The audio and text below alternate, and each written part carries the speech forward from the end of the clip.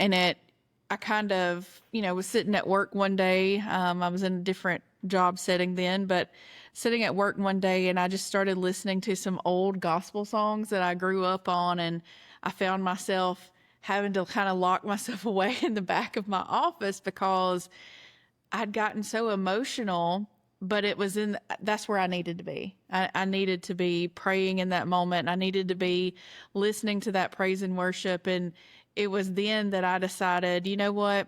I'm going to call home. And home for me is my granny.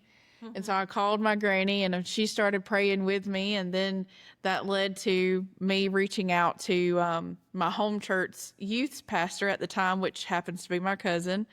And so I went to church that next Sunday and was just praying and praying and praying during the whole entire service. I felt like, people say that your toes hurt after a service because you felt like the preacher was preaching straight to you. I felt that way the whole entire service. And I just, continuously prayed throughout that the whole time. And after the fact, spending time with my grandmother, and she was praying over me again. And it wasn't just a few short days later that Jamie and I connected.